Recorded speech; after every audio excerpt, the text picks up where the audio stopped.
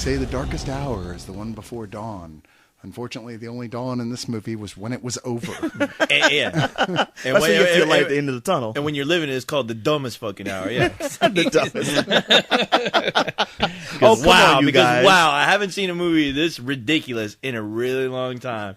I mean, I've seen asylum films that have more logic than this film had. To be fair, I think that the American public is probably dumber now than at any point they've been in a long time. I mean, our education system is shit. So they're like, fuck it. Who cares if we don't use anything vaguely resembling what science, the way science actually works? Yeah, but the thing is, it's the Russians believing this and going, we'll just throw whatever bullshit at them. They'll believe it. Yeah. Man, there wasn't no Russians in this. Yeah, I love that their Russians are the cartoon Russians from the 80s. They're all gigantic and full of steroids. Seriously.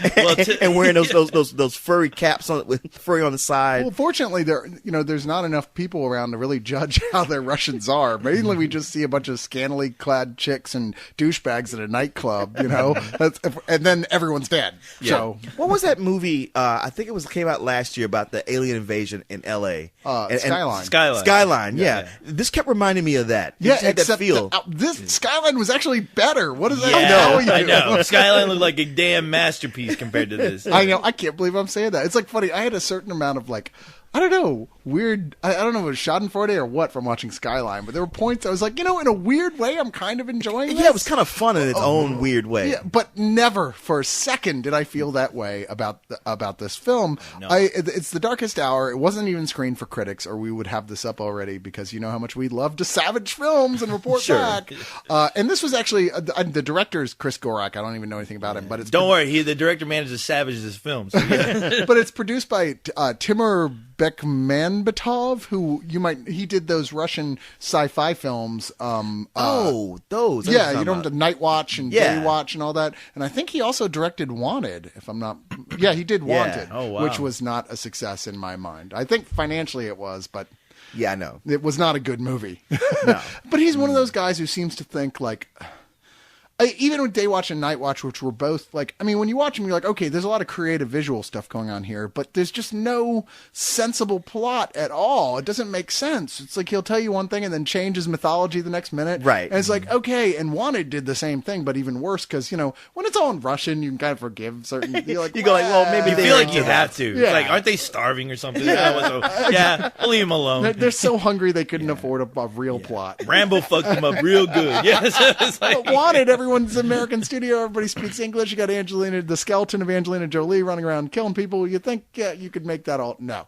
And the darkest hour is he didn't learn shit, because Wanted made a shit ton of money. So why should he? Cyrus, you know what? You expect too much. Just because a movie is a science fiction film, you still want there to be science in it. That's old school. It does happen on occasion. It has been known to happen, but not from this guy. What this movie is basically about, you've got four young, attractive people, Emil Hirsch, Emil Hirsch and Max Minghella, who started off as investors going to Russia to try and get this website startup phone app thing going. See, that's their first mistake. Yeah, well, and they get there, and the guy who they were supposed to meet up with who's supposed to be their partner, they show up, he's already in the meeting. He's like, hey, security, get these motherfuckers out of here. Because he's like, his reasoning is like, hey man, it's Russia. I stole your idea. Yeah. Fuck you. What are you going to do about it? Wow, that poor Max Minghella kid, first he gets Facebook stolen from him. And now this idea. I know, he's being stereotyped as the guy who gets big internet ideas stolen from him.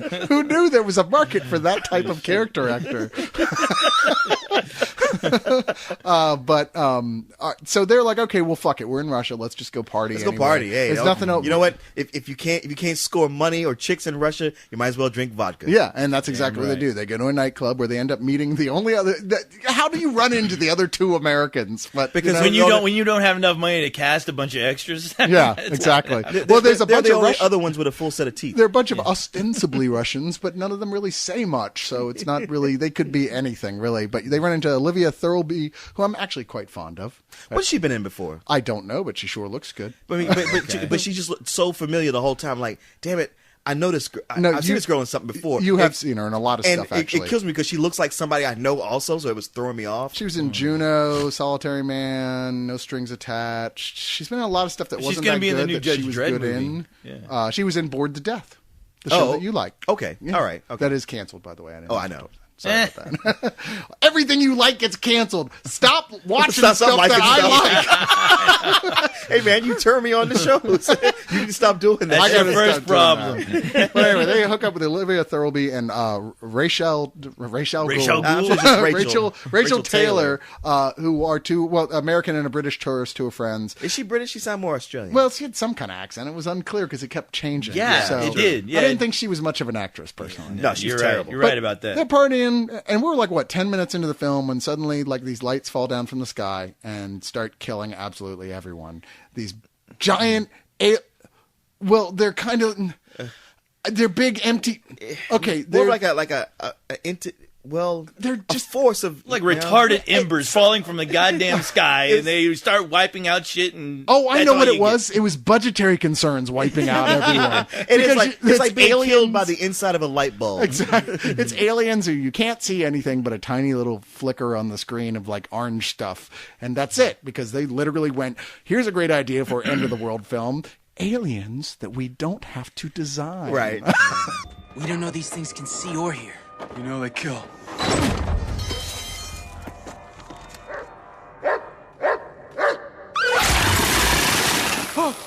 Oh, no! Wait, get down!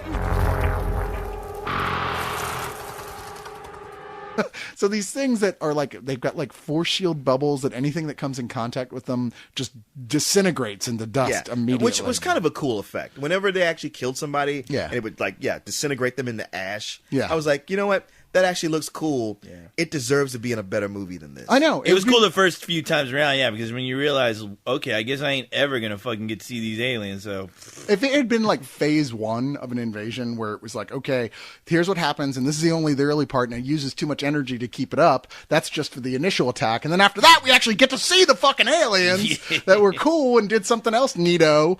Then sure, I would have said that's cool. But the movie not relies on happening. it in a sense that would have worked in an episode of The Twilight Zone, perhaps. But like, Yeah. as far as a full 2-hour movie, you just feel cheated as you watch these 4 kids and various people along the way that they hook up with and then promptly die, running around Moscow trying to find their way to a submarine that may or may not be there. Well, the problem with it is, you mentioned Twilight Zone. Yeah, you can see something like this on a Twilight Zone. There's plenty of people have taken Twilight Zone plots and made competent movies from them. Right. This isn't one, and you don't get a sense of like wanting to follow these kids because you don't know much about them. What you do know, you don't really like.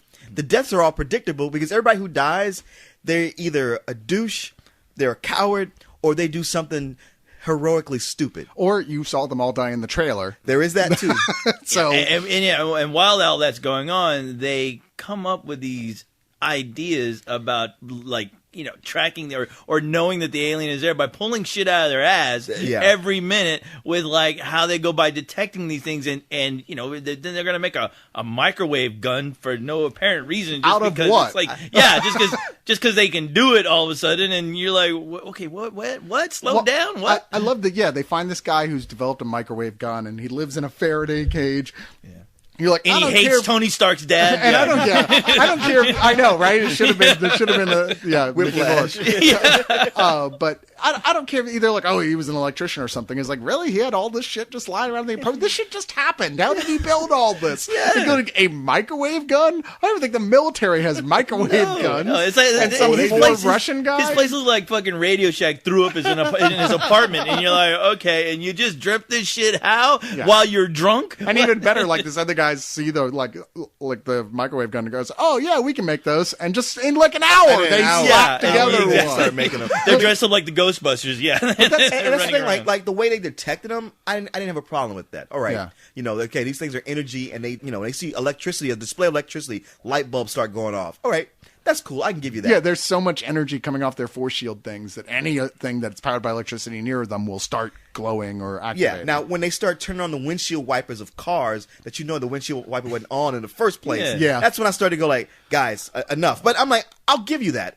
But the ways that they use their science on how they are not detected just by hiding behind a brick wall, a glass, like something that can see a heat signature, can't see the heat signature behind glass or a brick wall. I'm like, that's ridiculous. Yeah. And yeah, the microwave gun, the way they defeat these things, it's like, come on. That's the thing is, it's so insulting because it's so nonstop. It's almost every single little solution they found to get their characters out of a situation was so obviously bullshit that, like, I'm just like, really? I mean, it's fine if you create your own mythology for something. Like, this is our mythology, we're going to stick by it. But this is supposed to be our Earth. Right. The way electricity and science works. And I'm sorry, I'm not an idiot. There's just little things, too, that were like, why would that even happen? Like, there was a sequence where they figured out how to knock a chip off one of their armor. So there's like this smoking piece of their armor sitting there and like, look, we can do it. You know, it's like the old, if it bleeds, we can kill it.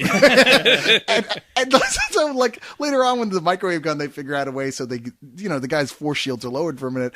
The guy just throws that shard at them. And he blows up, and you're like, why would that happen? You throw a little, it's just like a little piece of like charred wood or something. Well, you're like, why would that do that? You know, Cyrus, I mean, one of the things is like, you know, we say, you know, they cheaped out by not showing you the aliens, but toward the end, once they get through the armor, they do show the aliens, and they look like Bionicles. No, they look like toys. All I thought was like, welcome back TurboGrafx 16, because that's exactly what it looked like. I was like, what? Are you kidding me? You know, stay invisible, motherfucker, because I'm going to be laughing. You're going to kill me easy because I'm too busy laughing at how ridiculous you look. Shut up, ignore me. The invisibility has absolutely nothing to do with the fact that it's a good military technique. They're just embarrassed at how stupid they look. Like other races, when they used to show up to invade, would just laugh. I mean, an alien can only put up with that so many times before some motherfuckers need to die. Go buy a DuPont mask and put it on somebody, all right? Because that I'll believe. This shit, no. I mean, but you're right. I mean, there's a point at the end of this film, which, you know, I hope I'm not spoiling anything for anyone who's dying to see this, but there's a point in logic where a group of people are together, right? And one of the main characters is with this guy. And they fall into, I guess it was like a canal. They fall into this canal, this body of water, only to have one of the characters emerge, look around, and look for the girl he was with, only to realize that the girl somehow managed to be like miles away. Yeah, in a factory, hiding in a bus, and you're like, makes no sense considering wait a minute. They just saw where they all had to go. It wasn't very far away. Right. Sure, something happened. This thing blew up, so they're all distracted for a minute, right? And go underwater. When they come up, she's on the other side of town. Yeah. Instead of being where it's like right there. It's like 100 yards away. She's like, no, I'm going to run to the bus station. No shit. Maybe they've got it. Maybe the number 13 goes to the submarine. Yeah, she took the wrong turn to Albuquerque when she was like digging her way through the goddamn earth, I guess. I mean, yeah, she's like that little girl on Walking Dead, where you just have to, at some point you gotta go like, the bitch is gone. We got to keep moving. And the sad thing is, it becomes a plot point. They're like, okay, we can't leave her behind. I'm going in after her. No, don't do that. That's suicide. No, I'm going. I don't care. And well, if okay, you're going, I guess I gotta go. Yeah, with and you. I'm like, oh yeah, you know what? You actually needed to build some kind of climax, so I get that. I think that was you had nothing. The only reason he was going after is because he was building a climax.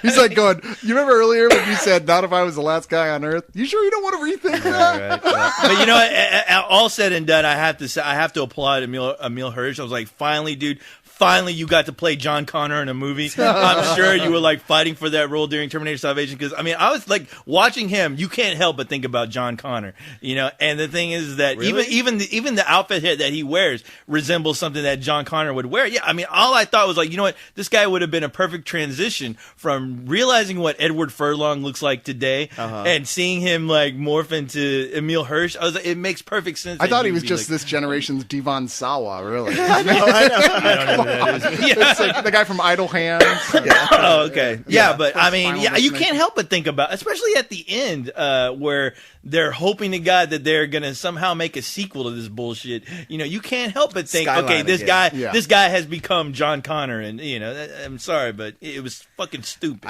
That's the thing. I was like, wow, I'm gonna utter something I think I would say, but this movie is beneath Emil Hirsch. I was just watching. Are you sure about that? I don't even know what he's doing in this. I think this is the beginning. It's beneath Judd Hirsch. Okay. I think this is the beginning of the end for that poor guy. Well, that's why I felt too, because I felt like, you know what, he's been in a bunch of high profile movies that I thought were really pretty good.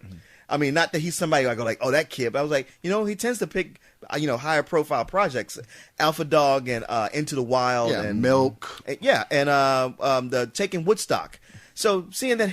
Honestly, him being in it made me think, well, this might be better than I think it is from the trailer. Sometimes people just take shit because they're like, hey, I've never done this. Right. Sort of I've thing, never been to Russia. Plus, like I said, keep in mind, once again, Wanted made a fuck ton of money, regardless of the fact that we didn't really care for it. It did perform pretty well in the theater. They're still moving in pre-production on a sequel, whatever. Okay, all right. And so maybe it's like, oh, and this guy's pretty famous, the producer for those movies he did in Russia, that nobody really gives a shit here about, but still he is. So maybe he said, okay, well, I'm gonna go with my gut, which is wrong, and trust this guy. I mean, I can see if I was an actor, I'd never done like a sci-fi action piece and go, you know what, I definitely would like to try that at least. I mean, who doesn't want to be the guy running around with a gun killing aliens? Sure.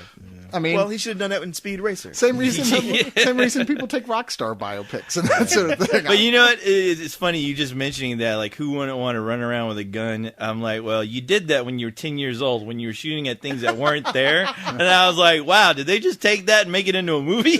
Pretty much. I wouldn't recommend this for anyone older than 10 years old. That's true. Sure. Oh, it is at least that mindset, because why not? Both cases. Stop being cruel to your children. In both cases, you're shooting at aliens you can't see. So what difference does it make? The budget is the same, whether you're a 10-year-old with a pop gun or Emil Hirsch. Yeah, I mean, in the end, you know what? The movie didn't make me mad, but it was just too dumb for its own good for me to give it anything above some old bullshit. Yeah, I agree. It's a lot of times movies like this I can at least laugh at or go, hey, I'm actually kind of, even if this isn't good, I'm interested as to where it's going because there's enough little odd elements around to add up to something that makes me curious. This didn't have that. It was it was written so predictably and sad, and most of the dialogue between the two male leads sounded like they took it from T-shirts. Yeah. I mean, totally. Oh, you're absolutely right about it. The dialogue was atrocious. Oh my god, atrocious in this. Startlingly bad dialogue. There was just nothing really to grab onto. I mean, the only thing you can say is that the initial concept of those aliens with their disintegrator force shields would have been great for like a short form thing, or maybe if it was just part of the story. But that's all they got here, really, and it's not enough for 2 hours. Certainly not with nothing else. It was only an hour and a half. Certainly not. Didn't feel like it. Yeah, it felt like it. I think I'm still watching it. So it's some old bullshit. Yeah, I mean, you know what? Fuck this movie. I'm giving it a fuck you. I have to. I mean, as much as when you're doing something like a genre like this, especially alien attack films, you've seen everything that's out before, even Skyline. So there's no reason that you need to lower that bar even more. I mean, give me a fucking break. Yeah, you want me to spend my hard-earned money on an alien invasion film? You better impress the fuck out of me. And this didn't. I wanted to be fucking invisible the whole time, just not to fucking be in that theater, because I was really pissed. I was groaning at the dialogue. And when you see the aliens, I was like, are you kidding me? Are you fucking kidding me? And I wanted to run out of there. And I think I saw some people leave the theater. I was in the theater with 3 people. And I think I saw both of them leave. Wow. And I felt stupid because it's what I have to do. And I was just like, wow, I'm appalled. I'm appalled by this film. And, and I almost thought about, it's from Russia. They got hard times over there. No, I'm sorry. It's set in Russia. But the thing is that I've seen better products from Russia, like their vodka. So I mean, this is a fuck you to me. I'm sorry. I thought you were saying alien invasion, but for a second there you said Asian invasion. Yeah. I was like, those movies are coming. I have one word for that: Wolverines. You know it, man. Yeah. Can't be the Russians, because then we'd go yeah, right. They're too busy fighting invisible aliens they can't afford.